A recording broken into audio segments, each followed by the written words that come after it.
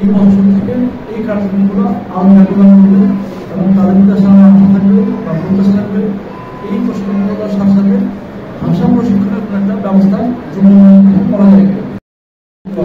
আপনি ফেরত দিলে ওই টাকাটা আমরা আমার এছাড়া আমাদের কিন্তু প্রোগ্রাম রয়েছে, সেসব ক্ষেত্রে সেই প্রোগ্রামগুলো অংশগ্রহণ করতে আপনার নিজেরা প্রশিক্ষিত হয়ে দেশের বাইরে দিতে পারেন, সেই হিসাবে তাহলে আপনাদের জীবন মান উন্নয়নে সেটা আপনাদের জন্য আরো বেশি সহায়ক হবে।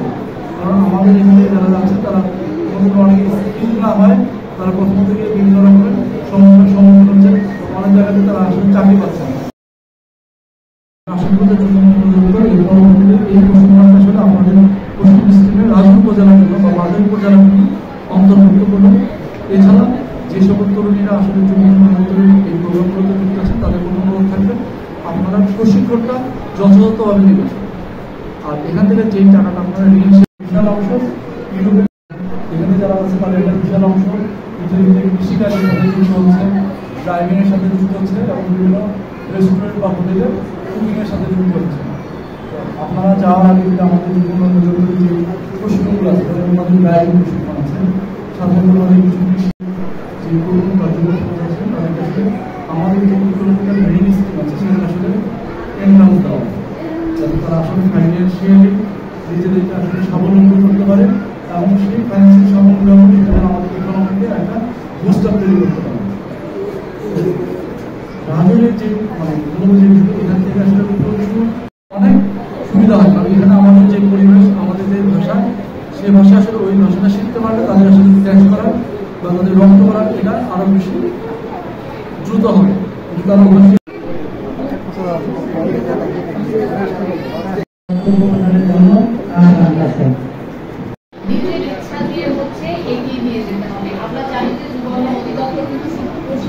দেয় না, তারা প্রশিক্ষণের পাশাপাশি কিন্তু সচ্ছল থাকে না, সেক্ষেত্রে কিন্তু ওরা চেষ্টা করছে যে ঋণ দিয়ে সহযোগিতা করার জন্য। তো আমি প্রশিক্ষণ নিচ্ছে, প্রশিক্ষণ পরবর্তী ঋণ নিয়ে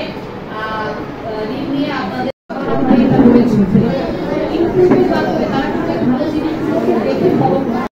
আমরা কেন বেছে দেবো না, এবং যেখানে সরাসরি কিন্তু ডলারে কিন্তু টাকা কিন্তু চলে আসছে, আরো অনেক অধিদপ্তরের মাধ্যমে কিন্তু এটি প্রশিক্ষণ দেওয়া হয়। তারপর কিন্তু এখনো দেখা যাচ্ছে যে হাতে গোনা কয়েকজন মানুষ যেটা বললাম যে তার ইচ্ছা শক্তি ভালো দিকে নিয়ে যেতে হয়, থেকে আপনি স্বনির্ভর হতে পারেন, আপনি আত্মবিশ্বাসী ওদিকে প্রতিষ্ঠিত করতে পারেন। এটা কিন্তু সম্পর্কে অনেকে চিনতেও না রামপুরান কি জিনিস, রামপুরানটা এমন একটা সংস্কৃতি অনেক দামি ফল, বিশেষ করে আপনি যদি স্থানীয় আমাদের যে ছিল এটা ছিল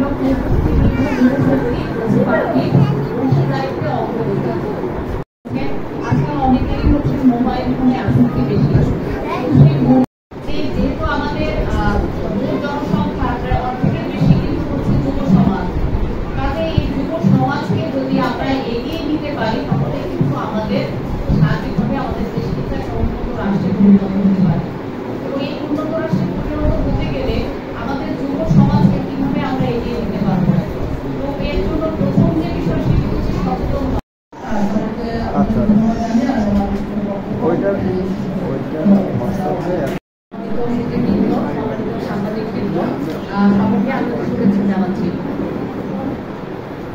অনেক কাজ রয়েছে প্রশিক্ষণ নিয়ে আমরা কি বলে ফ্রিল্যান্সিং কর্মশিক্ষা একটা মাধ্যম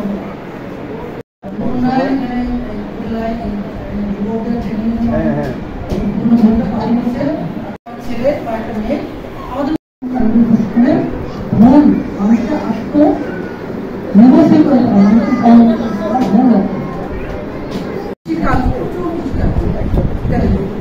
এই যদি আমরা এখানে বিভিন্ন দপ্তর বিশেষ করে কৃষি দপ্তর যারা রয়েছে আমাদের এই যুবকরা প্রশিক্ষণ নেবে নিচ্ছে, নেওয়ার পাশাপাশি আমাদের কৃষি অফিসের যারা অফিসার রয়েছে মাঠ পর্যায়ে তাদের সাথে যদি একটু 2000 সালে উদযাপন হয় এবং এই উদযাপনের পেছনেও একটা অনুষ্ঠান ছিল যে যার মাধ্যমে যাকে ঘিরেই মূলত আজকে 12ই আগস্ট টেকনোলজিক্যাল বেসড ট্রেনিংটা গ্রহণ করতে হবে।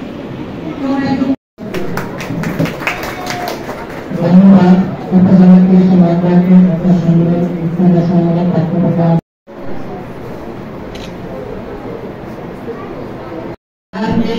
এখন সবাই এই